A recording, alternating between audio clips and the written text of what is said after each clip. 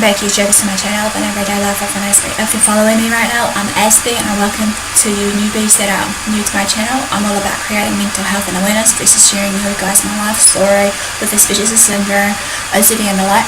I also talk about some tips and advice based on the mental health series of any kind, or just everyday struggles that you guys go through, just to give you words of encouragement, support and advice, so that hopefully to let you guys know that you're not alone. And all further ado guys, basically, as I said before, I'm hoping to try and tidy up some loose ends while I've been away, even though yes, okay, I will admit that I will be behind schedule, even though now I'm back on deck trying to hopefully educate you all, inform you all about certain everyday things that needs to be addressed regardless what topics it may be. I'm also hoping just to share right now or finish off what I can of the part that I noticed that is missing in the dyslexia series versus just one part of the other series of the how to handle an autistic child's behaviour. So today this is the last one part of it, of the method 9, incorporating nutritional therapy. So let's begin this now.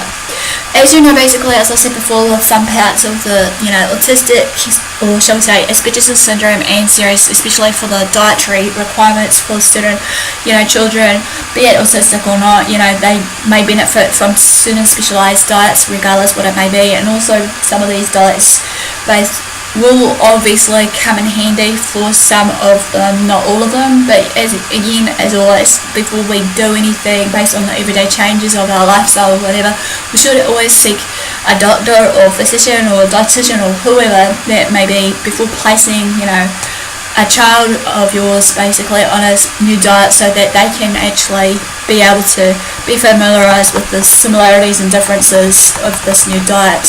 So in order to do this, however, though, there are a few steps to know about, which are as follows. Number 1, understand that diet can play a role in your child's behaviour. As we know, basically, we tend to have the important nutrients in our bodies, regardless what it may be. But you've got to remember also that if we don't have enough of certain things, there's certain deficiencies that will come into play and take effect, which will make struggles worse. Okay, also when it comes down to making the changes to the child's diet, however, this may help overcome some of the certain challenges that may arise, be it the food insensitivities versus the food intolerances and all that here. So like I said to you guys before, when I mentioned about the elimination diet versus just a little bit of briefly overview of another diet, I forgot right now on top of my head, it's not vegan, but this other diet that I actually introduced you all when I first started these Asperger's syndrome and food series. So I recommend to you guys to actually maybe go through that and hopefully gain a better understanding of what I'm saying, because I've lost the thought here. But anyways, continuing on. Number 2, increase your child's intake of fatty acids. This is important obviously to actually increase more of the omega-3 and omega-6 fatty acids, especially because obviously, as we know, this is extremely important for brain development and obviously the neurological function, which is basically the nerves versus your brain activity that goes on. We need to remember though, however, 20% of the infant's brain is made up of all these essential fatty acids that are important for us. If we have these insufficient levels, that becomes on the decrease of these essential fatty acids, this can produce many psychological problems. So a tip here for you guys to maybe to remember here is to incorporate small amount of fish meats, fish oil and cod liver oil into the child's diet. I know that many kids may not like the sound of maybe fish oil, cod liver oil as such, but one way to remedy that basically is maybe having iodized fish tablets that are chewable enough for them to eat with their multivitamins and supplements, hearsay maybe. Or also basically another one is just, if you can, maybe to disguise it in some of the foods that they enjoy, regardless, basically, so that hopefully that you get that substantial amount of those oils that is important. We can also remember to maybe add some beef to the diet, which obviously supplies carnitine, which carnitine involvement in the digestive function system is basically helps with the aiding of digestion for these essential fatty acids to occur. Tip number 3 is minimize the amount of sugar that your child takes. As we know, basically, as a given that high sugar levels have been connected to hyperactivity as well as basically maybe too much sugar in the bloodstream. that may increase anxiety and frustration. It can depend on every child's need, well, not needs as such, but just every child's differential of what they take and whatnot, because every child is different. How do they react to certain foods of their diet, regardless what it may be? So basically we should limit candy, ice cream, baked goods and other high sugar products sort of thing. Also, a tip here, or advice for you all to remember, is when minimizing sugar, however, as it should be crucial, just as a key gentle reminder, also especially important to avoid sugar at night time. This may end up disrupting your child's sleep. This will go for caffeine sort of food product, whatever it may be, stuff like caffeinated drinks, like your cola, versus basically maybe just if they were a bit older, like in their early teens, and they start using tea or coffee beverages. Okay, just to maybe just avoid it at a cost that may likely to keep them awake. Number 4, if possible, switch to organic produce or organic foods, shall we say, if your family can afford it. However, as I said before, that's the word, the organic food diet. As we know, sometimes recent studies have shown, even though they reckon that organic foods are best, when they're fresh fruit and vegetables, this also is better for autistic-like children, however, because they contain fewer pesticides. Even though rumour has it that in theory they feel that pesticides and metal and everything else affects autism, but there has been some claims that is not always the case, however. But more on that piece hopefully later on to actually carry out my findings. Anyway, number 5, offer fresh juices. Even though sometimes this isn't a debate here about fresh juices, but then again it depends on the autistic child.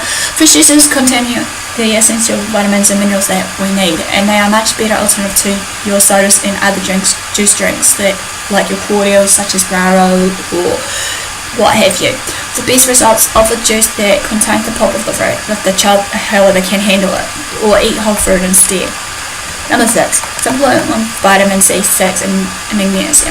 These are the 2 important crucial elements or nutrients in the diet, again, because obviously vitamin B6 is the requirement for production of neurotransmitters of your nerves, whatnot, as well as magnesium may prevent hyperactivity as well as the lack of sleep. So by giving your child at least a vitamin that includes that 100% of the recommended daily allowance intake of these 2 components, so it's important. Sometimes you can also try gummy vitamins if your child can't take a multivitamin and mineral supplement regardless, because obviously they will look forward to their vitamins in that.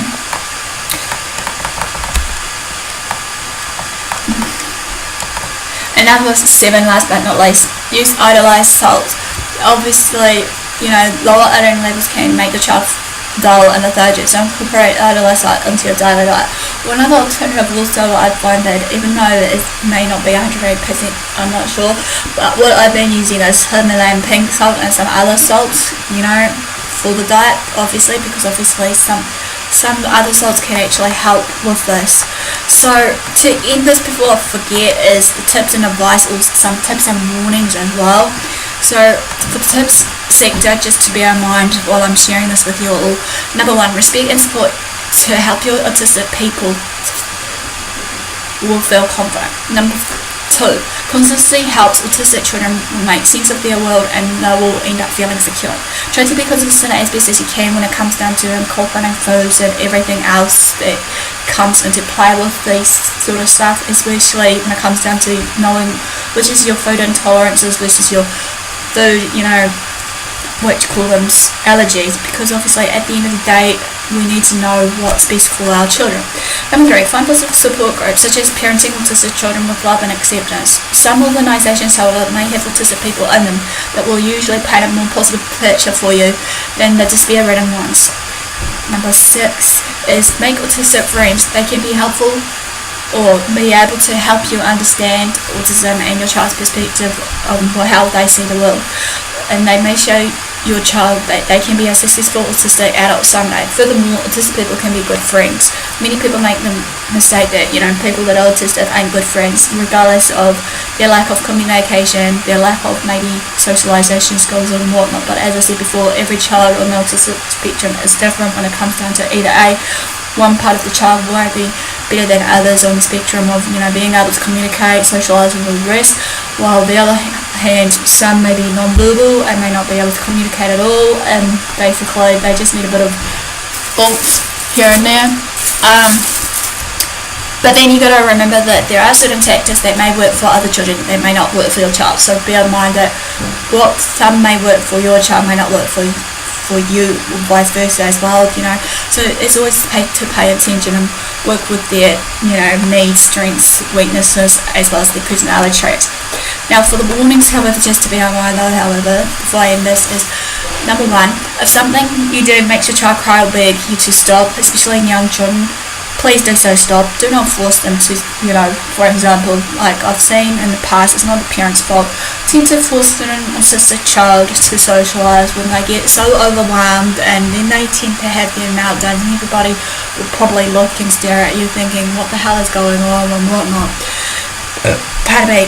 Now, number two, sometimes you've got to be careful with some of the organisations you may support, okay?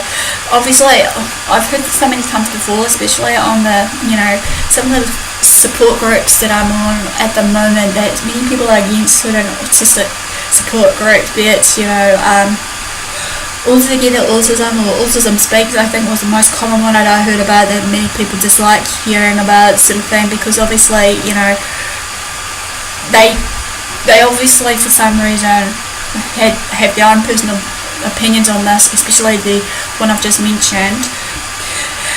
And for that reason alone though, we've got to remember many autism related organisations, however, may treat the autistic children like burdens. They've done nothing. It may spread certain form of rhetoric abuse, however, form of abuse. So if you can, maybe avoid any organisations that aren't run by autistic people, or treat autism as an enemy to be eradicated at all costs, because obviously you don't need the negativity here. So like no everybody and then thing, because obviously at the end of the day, basically, like I've said in one of my videos, is Asperger's syndrome a blessing or a curse? I recommend that hopefully, if it's up there still, my video on that, just have a watch on that, I recommend. Or another tip and advice here for you guys, or just to kindly share with you all, is basically, you know, maybe to understand more what I'm saying, some of this stuff will correlate to my book that I've shared so many times before about some of the chapters, and hopefully some of that will become an understanding and knowledge and know-how for you all. So maybe in there it will give you some key pointers of what I'm trying to address here about, you know, the blessing and curse and whatnot. Anyway, number three, last but not least, somehow you've got to be careful about certain behaviour modification therapies, okay? Some of them may use abusive tactics, however, okay? Such as, you know, holding down your child's hands, ignoring their feelings of discomfort or fear, ignoring the right to say no, withholding food, or even using electric shocks, which is kind of sad reality. But then again, I know some parents may feel that some of these behaviour modification therapies for themselves, especially for severe autistic children, that, you know, have their meltdowns versus fits or whatever else that correlates with their, you know, condition. That I've noticed with some parents that I've been actually watching on YouTube. Basically, I'm not criticising them, but that's how they handle their child, and obviously, you know, by just maybe either holding them, or some of them will tend to hold them down as tight as they can to avoid self-injury and self-harm. Sometimes there are gentle ways and methods to do this, so this is why I gently talked about in one of the bits about, you know, your self-harming, which I'm going to bring out more about the, you know, autistic child and self-harm and further into dates later on. Also, bear in mind though, how with these abusive tactics that comes involved, basically, as I'm sharing, just to may end up as a result for post-traumatic stress disorder for the child, you know, and then with all these traumatic events, you know, it can scar them for life, like any child. You know, what we do obviously will scar them for life, and then whatever we've done to them, they could possibly do more harm than good. And also with that no harm and good status quo, basically what you may do, how you treat them or how you treat others, they'll pick it up thinking, okay, this is how my mum and dad treated me, or how my friends treated me, it's just the way to go about it.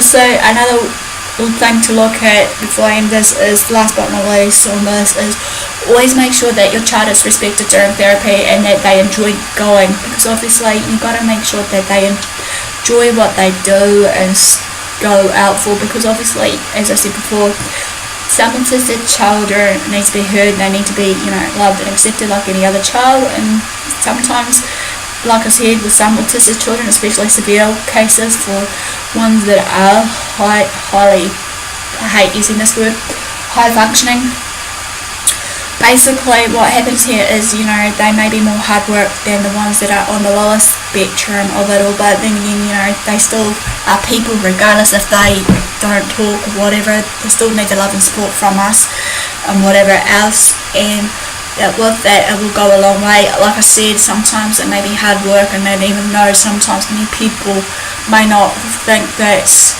this is not always the case basically on this, but then again, you've got to bear in mind though, with that entailed, that we're still human after all, regardless what it may be. So this quickly ends basically on the method 9 of the 9 methods of how to handle an autistic child's behaviour, along with the tips and warnings. Give me the like for thumbs up for support. Comment below if I've missed out anything, or just comment below of any tips and advice that you feel to share with others. Also, just certain stuff that will be of value and use to you lot. Also follow me on Twitter, Facebook, AspieAnswersAll. Feel free to subscribe to my channel if you haven't done so already. Feel free to basically, give these out share these videos out to family and friends as much as possible, so that we can actually make a better community together in the autistic community versus the outside autistic community, so they can gain a better understanding. Also, just before I leave, I mentioned that there will be a few changes going on. I'm still up in the air about it at the moment because of what's going on, but I'll hopefully give you the guys the lowdown in the next few days what's going on if you need it, even though hopefully even though something good may come out of it, I don't know, we'll just have to fingers cross it, but then just wait till I cross that road. But I will be hopefully in touch with you all via either Facebook if you're following me there, or Twitter, So it all for the guys. Thanks for your support, thanks for watching. Do what you love like do. Until next time, hopefully I'll see you all again soon. Enjoy your week.